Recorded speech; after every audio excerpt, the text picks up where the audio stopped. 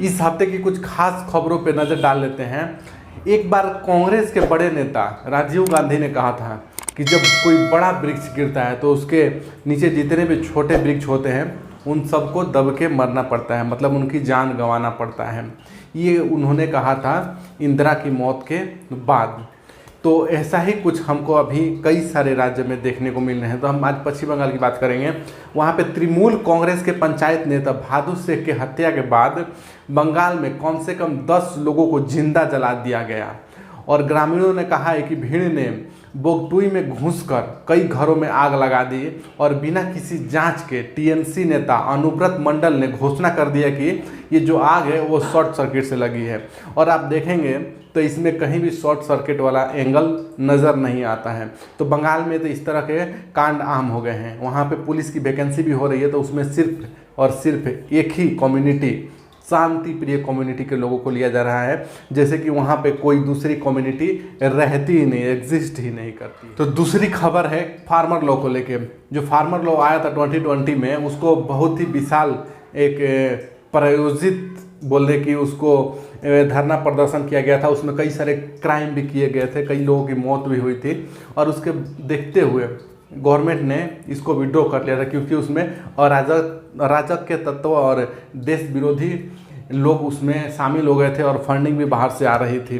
तो उसके लिए एक सुप्रीम कोर्ट ने पैनल बैठाया था। उस पैनल ने अभी रिपोर्ट दिया, उसमें बताया है कि जो टोटल 73 किसान समितियां हैं, उसमें से 61 जो किसान समिति है, जो कि जिसमें कि किसान आते हैं 3.3 करोड़, जो कि टोटल किसान की जो पॉपुलेशन उसमें से 85.7% है, वो इस बिल का पूरी तरह से समर्थन करती है। और ये जो कुछ लोग हैं, 20% भी नहीं है, 15% जो है वो इसका विरोध कर रहे हैं और वो सारे कम्युनिस्टों द्वारा गुमराह किए गए हैं। उनको गुमराह किया गया था, धन का लालच दिया गया था, बाहर के जो फंडिंग्स आ रही थी। और आप पहले का न्यूज़ देखें तो आपको पता ही होगा कि ये सब क्यों और किसके इशारे पे किया जा रहा था। उनको झूठ बोला गया था इस कानून के बारे में, एमएसपी के बारे में, उनके खिलाफ इस भड़काया गया था और इस तरह से उनको सपोर्ट किया जा रहा था। मतलब इलेक्ट्रॉनिक सपोर्ट पूरा था, मीडिया का सपोर्ट था, मतलब ये पैसे होते हैं तो कुछ भी कर सकते हैं। तो ये पूरा सपोर्ट के बाद आखिरकार गवर्नमेंट ने उसको विड्रॉ कर लिया, लेकिन इसका पूरा का पूरा नुकसान किसानों को हो रहा है। और ये पूरा जो किसान सपोर्ट कर रहे थे वो चाहते हैं कि ये बिल फिर से वापस आ जाए। तो अब देखते हैं कि इसमें आगे और क्या होता है। अगला खबर है पाकिस्तान से।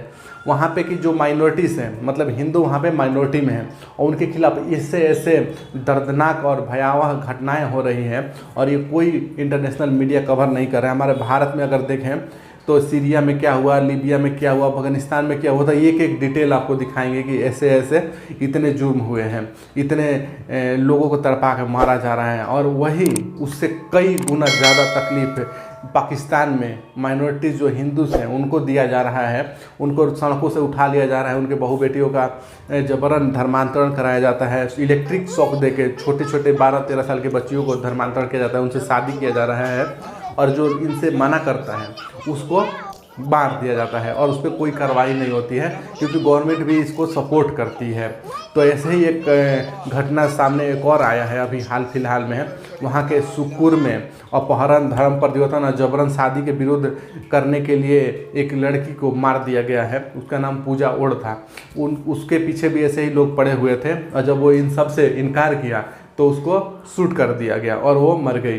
अपहरणकर्ताओं में से एक वाहिद लसारी उससे जबरन शादी करने की धमकी दे रहा था। और पाकिस्तान में हिंदू लड़कियों का अपहरण और धर्म परिवर्तन अब उनकी दिनचर्या हो गई है। कोई मानव अधिकारों का हनन नहीं हो रहा है, कोई ह्यूमन राइट कमीशन नहीं है। और यहाँ भारत में देख लें, किसी को चींटी भी काट लेना तो वहाँ पे बवाल हो जाता है, इंटरनेशनल मीडिया तक, अमेरिकन पोस्ट, वहाँ के कितने सारे अखबार हैं, वहाँ पे भारत को बदनाम करने के लिए ऐसे ऐसे पोस्ट लिखे जाते हैं जिसमें हमारे लोग, मतलब वो बोलते हैं ना, घर का बेदी लंका ढाई, जब तक अपने लोग ना शामिल हो ऐसा नहीं होता है। तो अपने लोग अपने देश को बर्बाद करने में लगे हुए होता है। इस देश में कुछ नहीं हो सकता जब लोग खुद ही जाति में बंटना चाहते हैं, उनको इससे ऊपर उठना ही नहीं है। अब देखें तो सुप्रीम कोर्ट ने राष्ट्रीय रक्षा एकेडमी यानी एनडीए, जो कि जिसमें एग्ज़ाम देकर लोग डिफेंस में डायरेक्ट भर्ती होते हैं, ऑफिसर लेवल पे जाते हैं, उसमें जाति आधारित आरक्षण के लिए याचिका दायर की गई थी, जो कि कोर्ट ने खारिज खारिज कर दिया है।